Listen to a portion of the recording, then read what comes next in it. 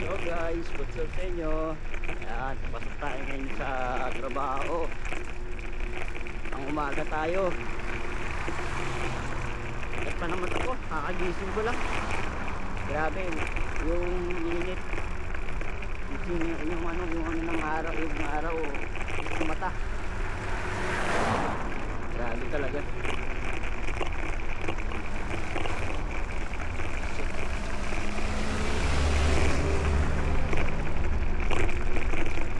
So ayun guys, no, nakikita nyo ngayon, full gear tayo ngayon.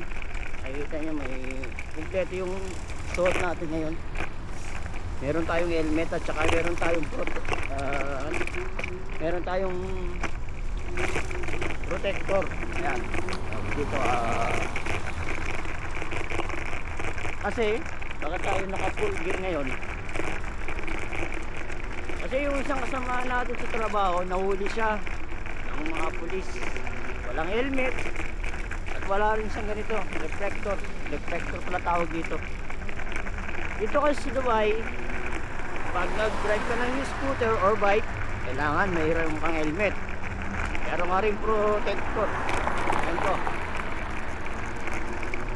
Mahigpit sobra dito sa Dubai, pero napakaganda dito ang buhay. Kaya sa mga may scooter dyan o may bike, huwag nyo kalimutang mag-helmet.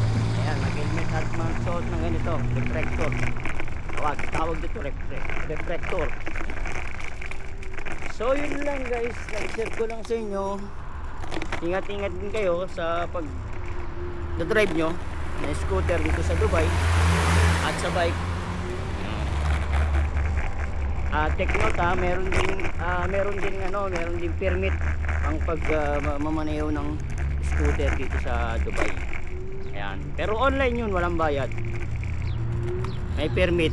Kaya kung sakaling mahuli kayo, pwede nyo ipakita pag hinahanap nyo yung permit nyo na scooter. Kasi yun ang kinakalisensya mo, yung permit yun may ipapakita ka. So yun lang, share ko lang sa inyo. Maraming salamat sa inyo. Thanks for panonood.